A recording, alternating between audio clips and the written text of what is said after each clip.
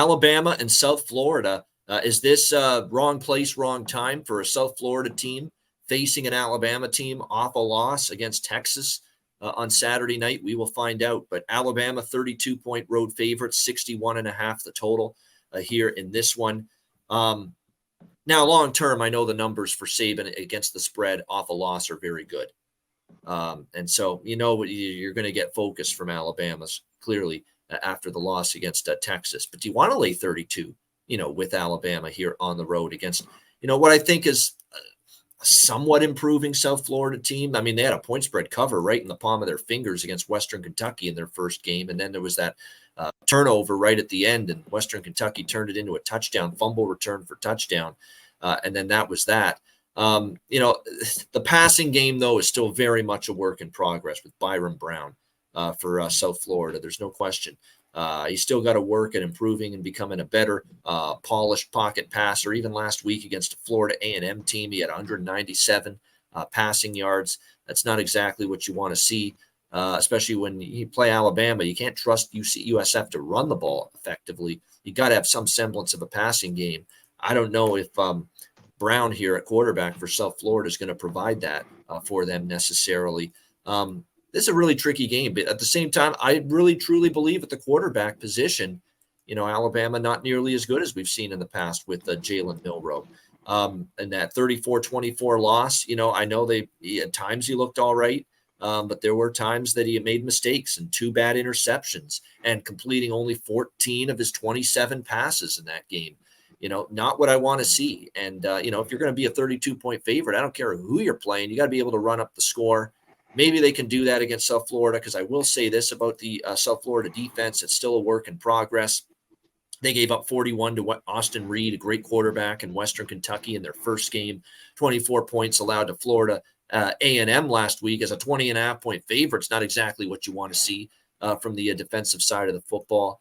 What would bother me here from a South Florida perspective going into this game is the fact that, the run defense, let's see how it is against Western Kentucky. It actually was very good for South Florida. And their secondary was shredded, South Florida, in the 2 games. But are you going to be able to trust, Alabama and Jalen Milroe to throw against that secondary? Because to me, the pass defense looks atrocious for South Florida.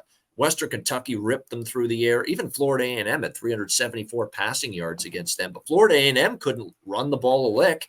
And the South Florida run defense, Conor, was solid against Western Kentucky. And to me, Alabama's got to be able, against any opponent, to run the football effectively with so many more questions at the quarterback position and in the passing game. So I think it's a matchup that South Florida could be able to stay inside a number like this, but I'm not rushing to fade Alabama off a rare loss against a team that still have those question marks about on the end. And two, if South Florida, even if they have solid run defense, they got to be able to score some points. Can Brown do that against this Alabama defense? Can they run the football against this Alabama defense, which, that front line, I think, can still be pretty solid for them? I'm not so sure they can. They did run for 374 against Western Kentucky, but much different opponent here in this one. So I'm torn both ways here. I mean, Alabama's got a strong long-term track record off a loss, but I don't think this Alabama team's nearly as good, and I'm still not rushing to lay 32, I'll tell you that.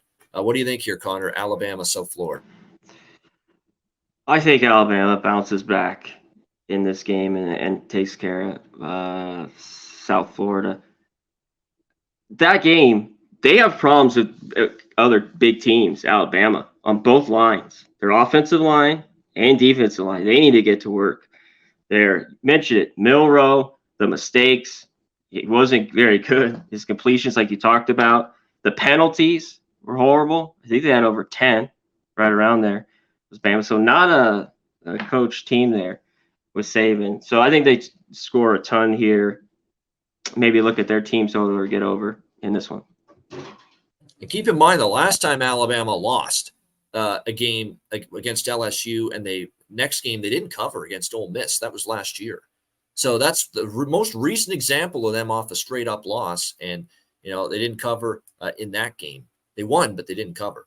So keep that in mind. And it is a lot of points. We'll see if Alabama can still clear this number 32 as road favorites in this one. All right, Minnesota. Wait. We got to get to this real quick for you. Yeah. There was no doubting from us. So I think you got the wrong show. I think you're listening to the wrong people. Who's doubting? Doubting Down who? in Colorado, they're like, wait, I mean, we were doubting them, so I think you're listening to another I was show. never doubting them. I was Catch talking about how quickly guys. the betting markets were Yeah. upgrading call, and clearly the upgrade was warranted because to destroy Nebraska again like Nebraska that. can't Let's move put it the this ball. way: I have no interest in. We'll get to that game. I have no interest We'll in get to it. Colorado State this week. Let's put it that way. When we get to that